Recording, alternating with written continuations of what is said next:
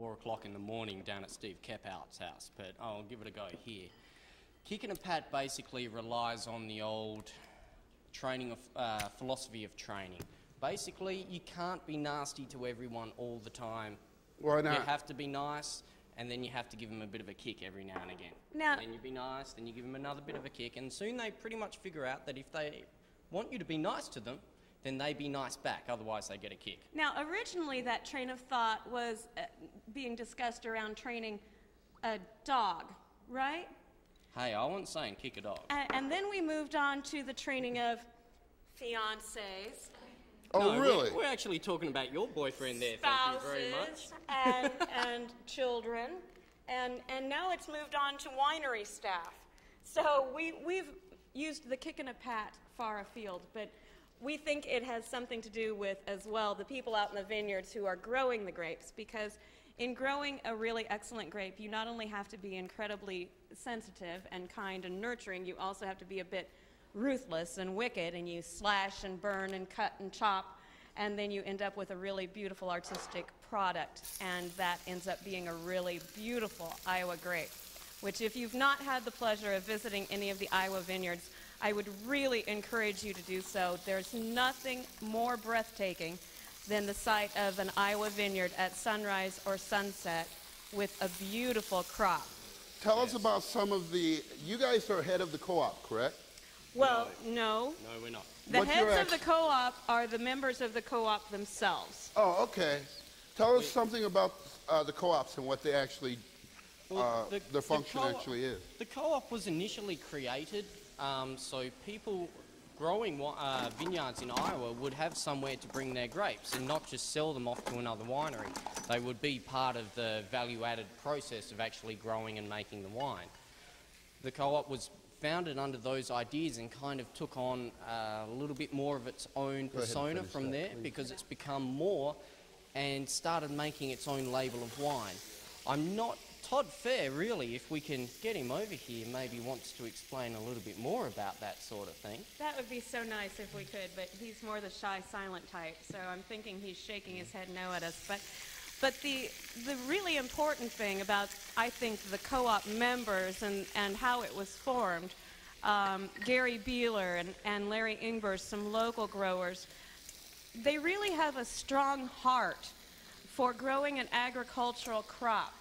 And prior to Prohibition, many people don't know, but the state of Iowa was the largest supplier of wine in the U.S.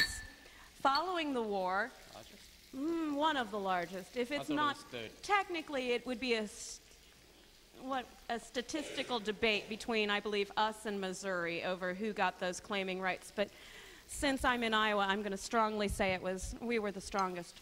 Missouri can fight me if they want to.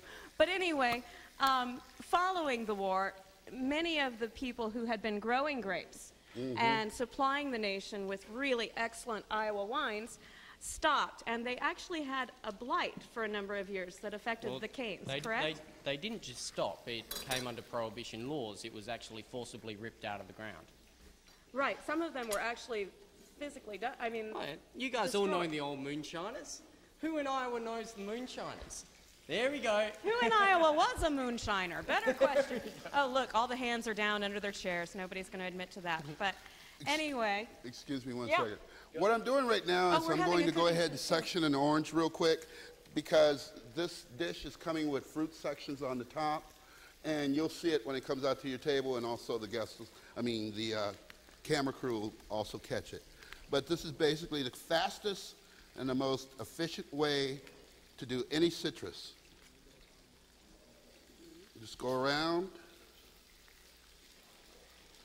And our salmon's starting to look perfect. What you basically want to do is you want to cook the salmon about about 2/3 on the top. Or in this case, we're doing skin side down.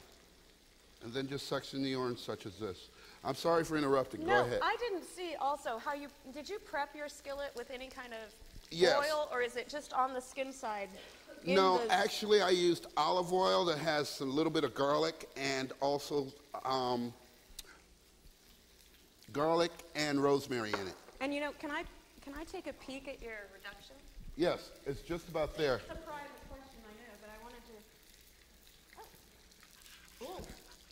And it's very aromatic. Very, very aromatic. Peter. And a lot of people in this day and age are really worried about cutting down your fats, really reducing your carbohydrates, but there's such a thing known around the world as kind of the century group, which is people in the world who have a statistical average of their elderly living over the age of 100. And one of them is the Greeks, the Mediterraneans.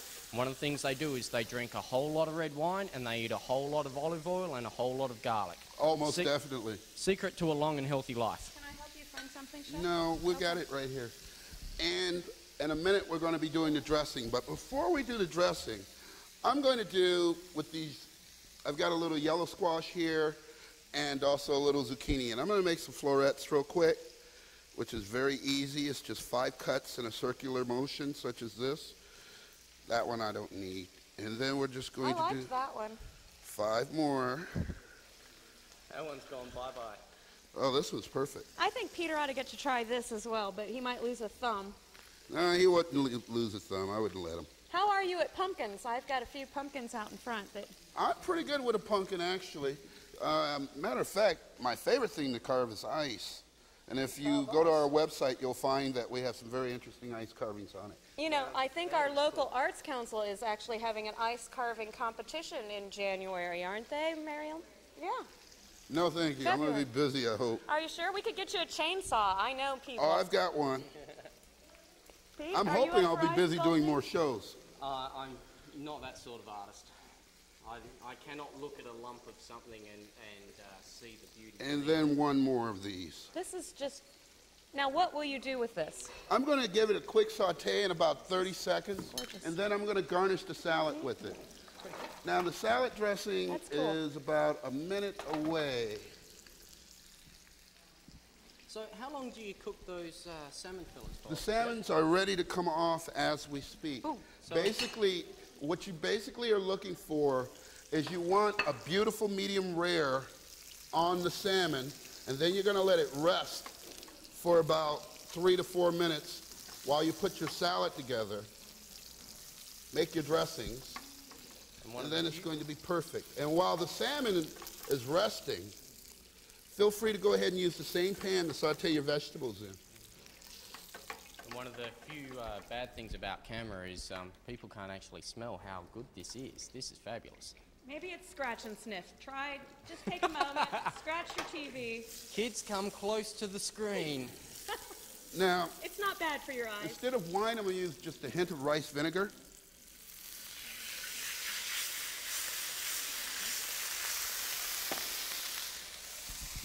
And then we're going to just do a little bit of lemon juice.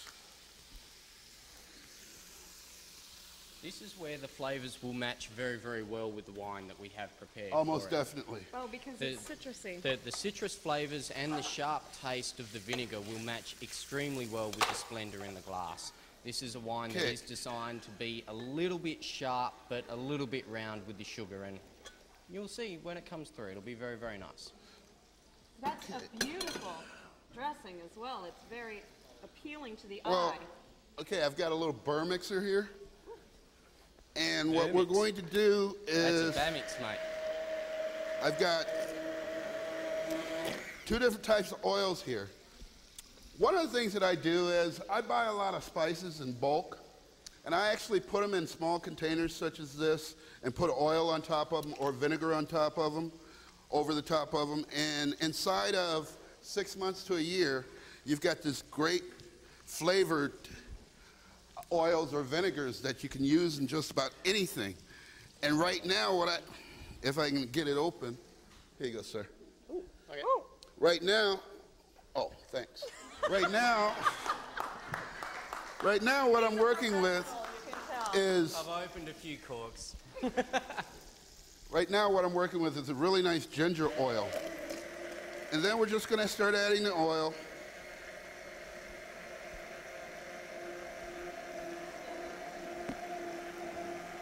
I feel like Now a that's- kid at Christmas time. That's you know? olive oil.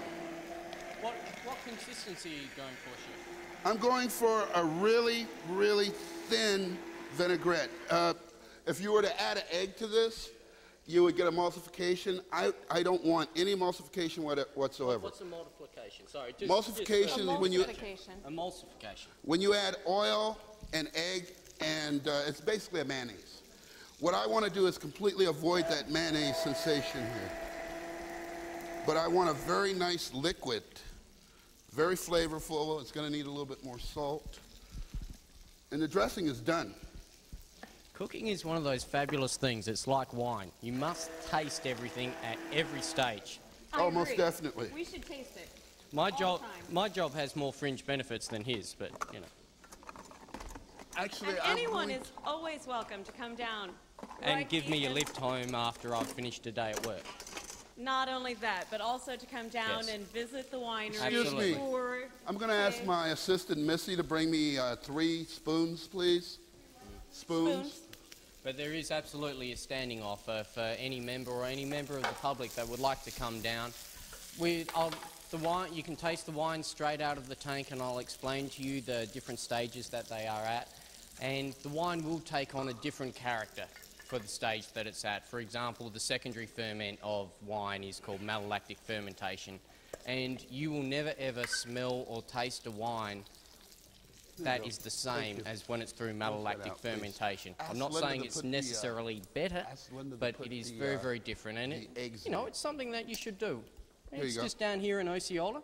Oh, there you go. Oh, a little taste. Okay. Here we go.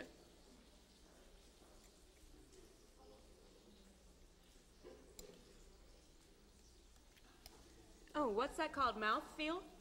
Mouthfeel? That's called damn good, honey. That is good. That's Australian for really good. Campbell's. I don't know about Campbell's, but...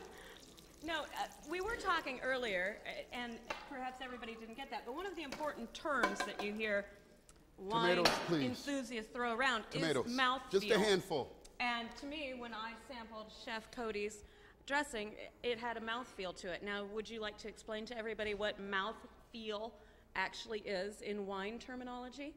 Well, your mouth is a tactile sensory perceptor, basically meaning it feels. If you put something sharp in your mouth, it'll feel sharp. If you put something bitter in your mouth, it'll feel bitter. Even though it's got to do with your taste buds, it is still a tactile perceptor. So if you put something in your mouth for long enough and you actually close your eyes and you feel it, rather than taste it, you feel it, there's a whole new world opened up. It's not just acid, it's not just sweet, it's not just bitter, it's not just sour. It will come creamy, it will come round, it will come rough, it will come smooth. And a few more of these wine descriptions that our mate Gordy likes to call foo-foo. A few more of those descriptions. That's an official term, that foo-foo, that's official for as wine. Far as Gordy's concerned, right, yeah. Right. Oh, but most definitely it's foo-foo. A few more of these descriptions will come out, and you will actually feel them.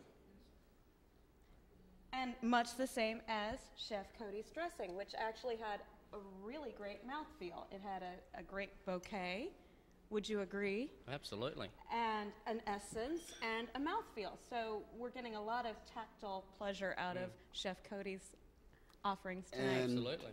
And this colorful. is actually, I'm getting very close to the finished beautiful. dish. I'm going to hand this off to you because I think I'm going to walk with your plate, correct? Mm-hmm. And they say that the mark of a true master is when he starts worrying about the colours on his plate because he's got the taste all sorted, and that's a beautiful plate. This is how my mom arranges tinsel on our Christmas tree.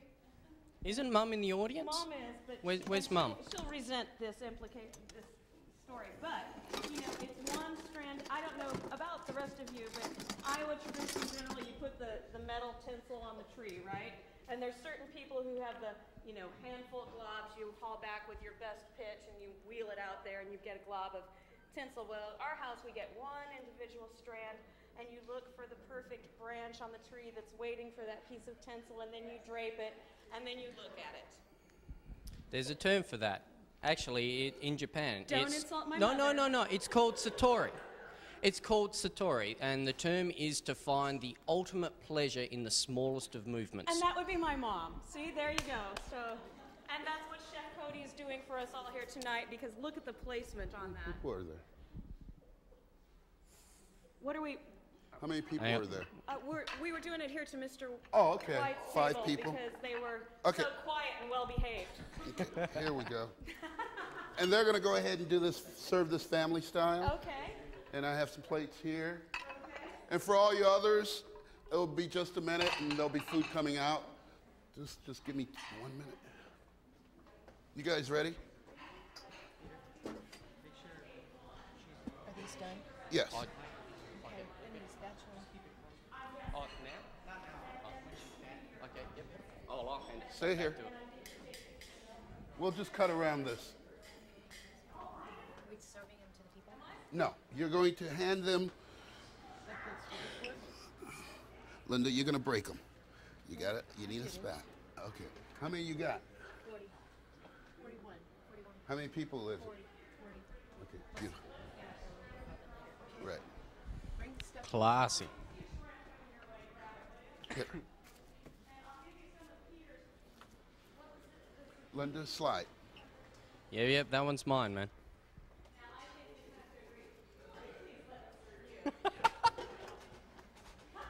And if you believe that, I've got a bridge to sell you. You want to follow me with the rest of the? Gordy is one of the people that proves my philosophy. Yes, the kick in the pat theory. So anyway, Peter, you know, we talked. Take the microphone. Linda, I need Oh, a I salmon really- here, please. We talked briefly, and Chef was talking about his reduction and the alcohol content and how it would affect children and cooking and that sort of thing. But generally speaking, in a Southern Hills wine, ahead. what is our alcohol content for the novice? Well, the alcohol contents are never that high. We don't have the huge alcohol contents of the California or the Australian wines. Let them We're talk, normally they'll cut around it about out. the 10 I'll to be in the, 12% mark. Any more than that is really, really pushing it because we need fruit ripeness you to get keep us doing the up to fish. that particular point. And what about fruit ripeness? What about Iowa makes a really great grape and an exceptional wine? Well, that is one of the things we're still discovering. Iowa is new. It's one of the reasons why I'm here. It's a completely new species of What? grapevine. We're still learning all the Linda, what flavors. is this called? There are, Iowa has a grape called Edelweiss that is different It's from a every black other grape on the pepper-crusted face of grilled this salmon earth, with some- where it's actually harvested it way with, before its sugar cucumber? potential, like 5, 6 bricks, and bricks is a measurement of sugar, before its Salad. potential. That's where its 3 best citrus optimum cucumber flavour is salad. at. We try and balance flavour and sugar together. And I Forget can the say chives, that guys. as a Let's- representative of a local Iowa wanna start vineyard, running some of these out? my brother is one of 3 owners of a vineyard property Forget up the on Lake chives. Red Rock near the Pella Excuse area. me. And Edelweiss You was wanna our just start first running some of crop these that out? we harvested this year. We can always cut it out. It's an incredibly beautiful grape, a beautiful white grape, grows incredibly well, Forget very the chives. We don't have time. hardy, very flourishing, lots of foliage growth. The dressing's out here. Again, want to encourage everyone to visit a vineyard because they're just beautiful and they give you so much information and knowledge base. But the Edelweiss is one of our favorite grapes and actually one of our favorite wines that we'll be having as well. Yes, we have managed to make a single variety Edelweiss this year, and it's all right. It's good. It's good. I'm very, very happy with it. The growers that brought us that fruit worked very, very hard. We had top quality fruit, and I look forward to producing a high quality wine out of that Those are particular dressed. variety. Absolutely. And that will be available a in second. January They will be also. in a second. Absolutely. We have our 7 days of wine release. And 7 days of wine we should talk about a little bit, although it's a little premature, but we're going to be introducing all 7 of the Southern Hills Winery's wines with the first 7 days of 2007. So starting on January 1, we'll open our very first bottle of Southern Hills wine. No, we're just And going right every there. day following that, we Yep. will open another. And each day and each evening, we will have a different event timed to What? open and premiere and debut those No, no, wines. And no. those We're events gonna will be go right there open and to let the them come up public. and grab it. And everyone will be able to then purchase Southern Hills wine Absolutely. on a limited basis, of course, because we want to make certain everybody gets to sample what you've done. Got to be a bit for everyone. And of course, the Okay, bottles, everybody that's collectors. sorry to interrupt you. No, we're ready when you are. We're Okay. just Can filling everyone time. come on up? Come on around this way, grab Come on, one. guys, grab the goodies. Seriously, by tables? Or can I serve them? Here, Peter. No, you don't want to serve. You sure? Yeah. Would you, Mike, Mike, Gordy, would you mind passing the plates? It's very family style, folks. That's Iowa. Make friends, shake a friend's hand, shake a hand next to you. You all know that song? We'll sing later. I wonder if everybody else is going to get to eat. Oh, most definitely. Mike White, our local ISU expert. Have him out to your vineyard to tell you about your grapes. He's great. He works for beer. Right. Oh, we don't use the B word in the winery. It takes a hell of a lot of beer to make good wine. True.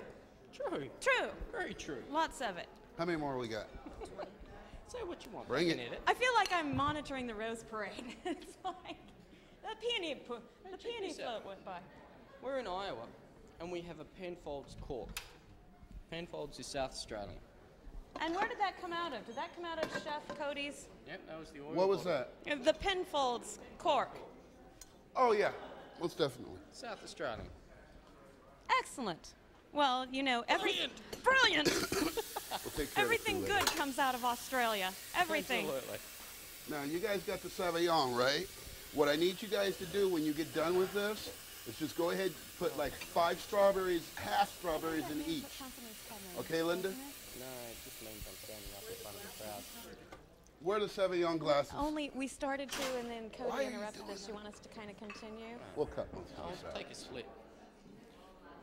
So, explain to us, Steph. Well, what's this co-op all about? Well, the Iowa Wine Co-op was formed largely by Gary Beeler, who is a local grower of grapes, and Larry Ingbers, both enthusiasts of growing grapes and berries and that sort of thing. Larry is located up in the Pella vicinity. Gary makes his home in East Peru on a longtime family farm.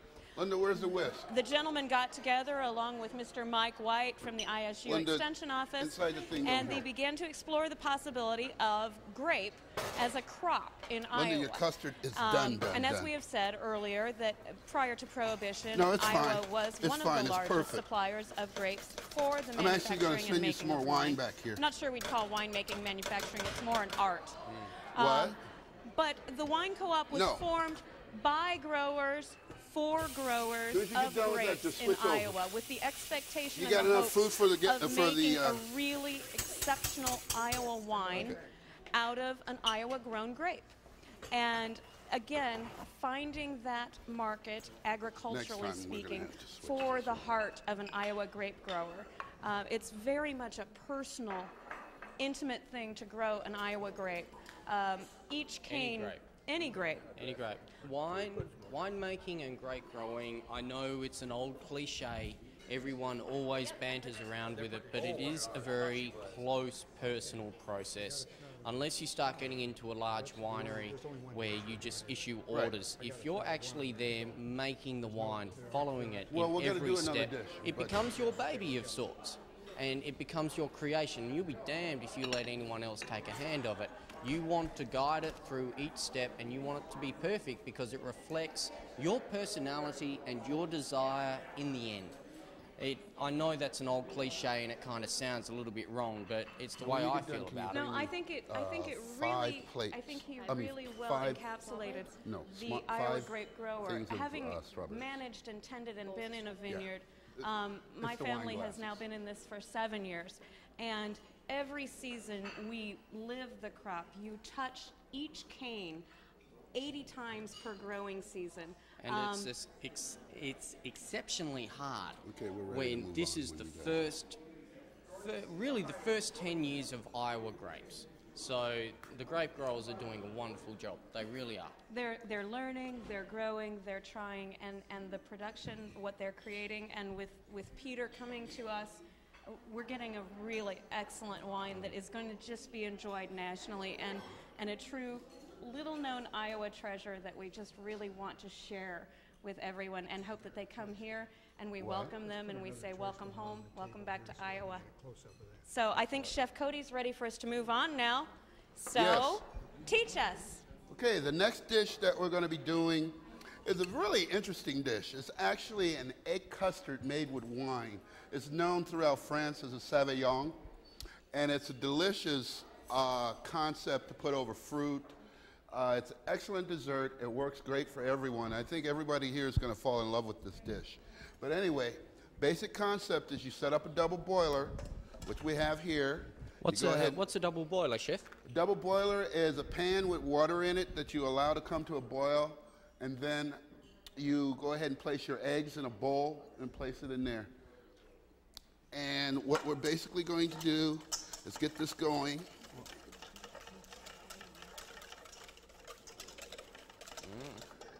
And once we get it going, the wine that we're using is the... Aren't you using the red for the Sauvignon? No, it's the... Ride the Train Red. Yes. Oh, yep. okay. Ride the Train Red. We're using the Ride the Train Red. Your favorite label, your favorite FMF Railways, Ride the Train Red. And then I'm just going to open this real quick. Would you like a job? No, actually, I got this from a winemaker here, and he told me if anybody ever asks where I got this corkscrew from, say Somerset Winery. It's $69.95. Ron Mark, the marketing wizard of yes, Iowa. Ron Marks will get you anything you want. Who is also one hell of a good time. And is touring Italy currently. Yeah. They're on a wine tour of Italy with a group of Iowans. So okay, cheers to our buddy Ron and Linda. Oh, absolutely. Cheers to Ron, because Ron needs a special shout out, because if it wasn't for Ron, bad things would have happened. Well, and Ron was indeed part of the instrument, part of the movement of wine in Iowa as well. Ron has played Yes. a large role leadership-wise. So now, I'm sorry, but not meaning to be not particularly brilliant in the kitchen. Betty Crocker and I are good friends. What are you doing? Right now what I'm doing is I'm adding the sugar. I'm about to add the vanilla and just a hint of salt, and then I'm going to allow this to thicken. But now, for those of you who maybe don't have an up-close and personal view, you have a bowl inside a pan. Correct. On a flame. Correct. Right? Okay, double boiler, sort of. And then I'm going to go ahead and add the vanilla. Now, I change recipes. Every time I make one, I go on TV and I change it. So don't be surprised about that. But the one thing is, which is consistent, is go really light on your vanilla, because vanilla has a tendency of sneaking up on people. Then here we have an interesting, this is just lemon zest. And we're going to go ahead and Can you explain to me, chef, because every time I've ever cooked for a girlfriend, they've always asked me, how much do I put in? How much? Can you please explain that it's more of a feel? It's always a feel. It's rather like than an exact amount? The thing that I always try to do is never over-season, because you can always season more. You can't take the seasoning out. And also, when you're adding ingredients such as the lemon zest and stuff of that nature, it's very important, as far as from what I've been taught, to allow, you want to be able to see the product in the dish, but you don't really want to go, like for instance, let's say you're making any type of battered dish. If you can see the product in there, it's enough. If you can't see it, add a little bit more, you'll be okay. Okay, so now I've got to ask, if you see it in the batter, meaning if your batter is white, cream, that sort of thing, and you're adding vanilla, which is brown, well, that's bad. It's kind of like in, the camera's going to get a good shot of this. It's kind of like, as I'm stirring this Sauvignon, you can see the lemon zest in there, which is very important. If I couldn't see it, I probably would need more. Okay. How does that work with you, Peter, in making wine? Not really quite the same, simply because we work with a clear fluid. The only time that we ever see anything solid is when we're racking off. And racking off is basically taking the clear liquid at a couple different stages of the wine production off the solids down on the bottom. We more taste things. Basically, we add something to taste, and as soon as we can taste it, then we go one step further, because wine has a habit of kind of pulling back on a little bit. So we go one step further, and that's what we add. And so now talk to us about the filtration process, because I know that's very important, and we're right in the middle of that downstairs because you're getting ready to bottle our first vintage in a couple of weeks, true? Yes. Yeah, we're ready to go, man. We're ready to go, and it's an exciting time simply because I